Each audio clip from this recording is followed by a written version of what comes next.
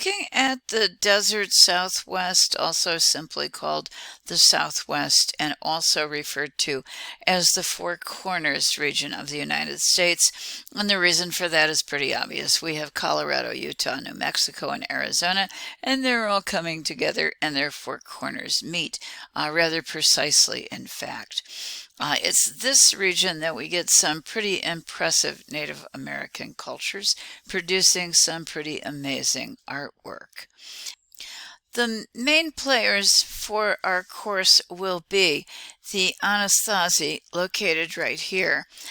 Because that word Anasazi was applied by the Navajo, who will come into this region around 500 years ago, the new preferred term is ancestral Pueblo. You'll hear both of these used, and I think you'll read both of them in the textbook as well. So when I say ancestral Pueblo, I'm talking about the Anasazi. So they're number one. And we're going to look at them particularly for ceramics as well as for architecture. They're pretty famous for the architecture they create. In addition to that, our second place we're going to spend some time will be Mimbres, also referred to as Mogollon. I'm just going to be calling them Mimbres because I think that's a more common designation in terms of the artwork that they produce. There's a third group, Hohokam. And simply because of time, we're going to be focusing primarily on Anasazi and Mimbres because of the rather amazing and magnificent artworks that they produce.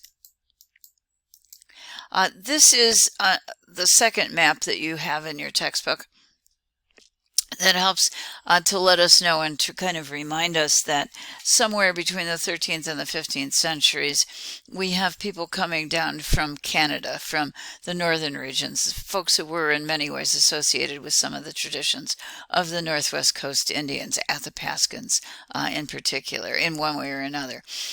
They are going to include the Navajo, and the Navajo are going to be in the region in particular where the Anasazi were, and then in the southern portion it will be the Apache. Both of these new groups of people will absorb some of the ideas, certainly, of the folks who were there before them.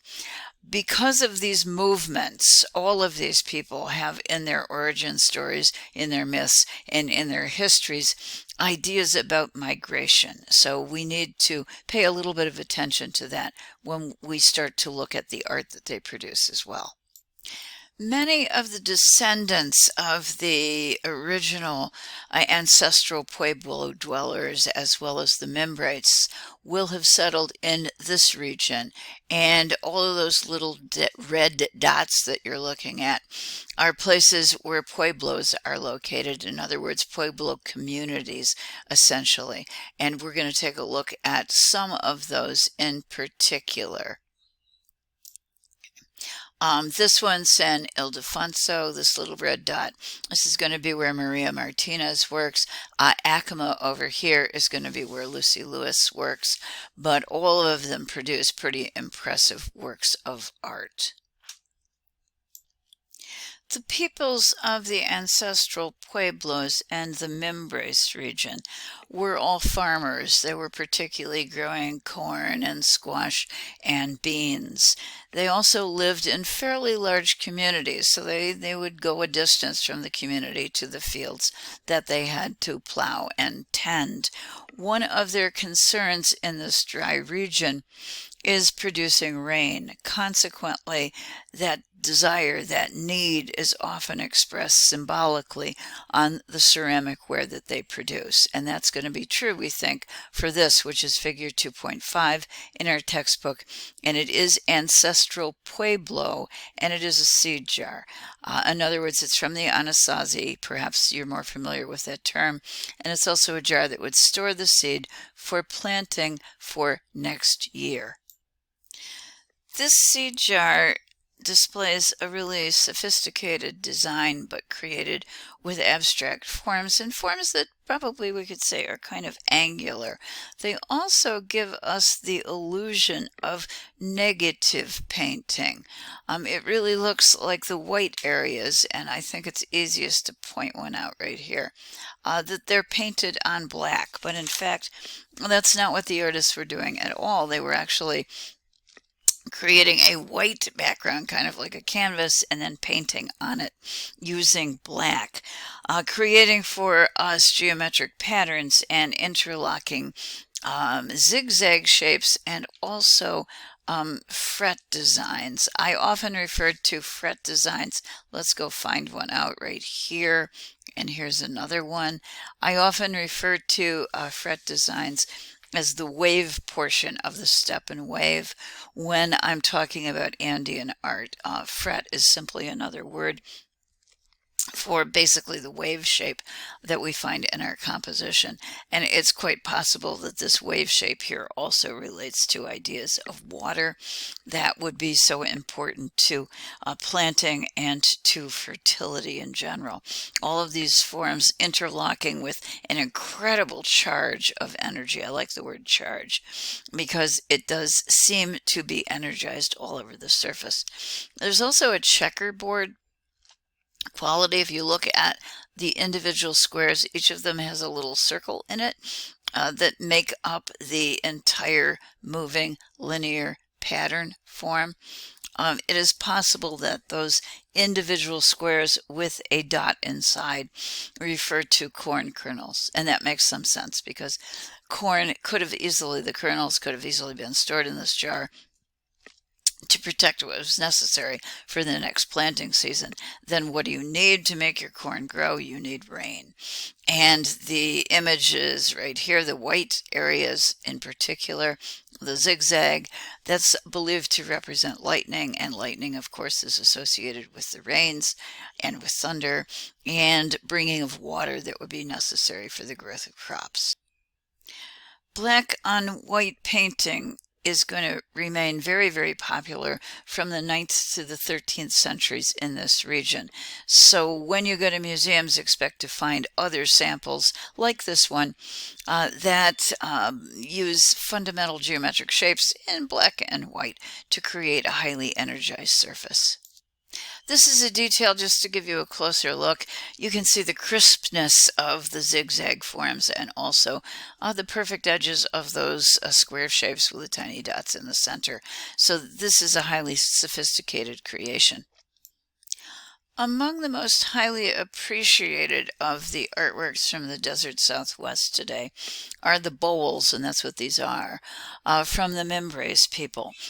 They are focused in the Mimbres Valley, which runs around 46 miles in length, and this particular style or design of painting was produced for roughly 150 years. These images are simplified geometric creations, often stylized animals like the one that we have right now. We're looking at two bighorn sheep. They tend to be opposed forms, so there's the potential for duality with the images, but they also seem to rotate around the vessel so that there's an energy and a sense of curving, almost as if you want to pick up the bowl and turn it in your hands as you're looking at it. There's also generally a sense of emptiness in the center. Not always, but enough to suggest that the center might have something to do with a kind of sacred geography or a sacred space, and I think I can prove that to you with another example in a minute. We have our two bighorn sheep. I think you can find those. Along the edges, I think you'll also see again our zigzag shape, and I think that's probably an example of a shared symbol with the ancestral Pueblo people who are adjacent, and there's overlapping and there's connection between these folks. So that I think, and there's also the need for rain shared by these folks. So I think it makes good sense that we're also sharing the use of symbols. This is the picture we have in our textbook. Just to give you the number, it's 2.7, and right next to it is 2.8, which include additional line drawings of some Membrace examples. And you can see in particular the way in which sometimes, not always, but sometimes, there are paired images on different sides, opposed sides of the vessel, which gives a kind of dynamic quality to the vessel and also seems to be sending it into a kind of spiraled motion. I'd like you to see the one at the top.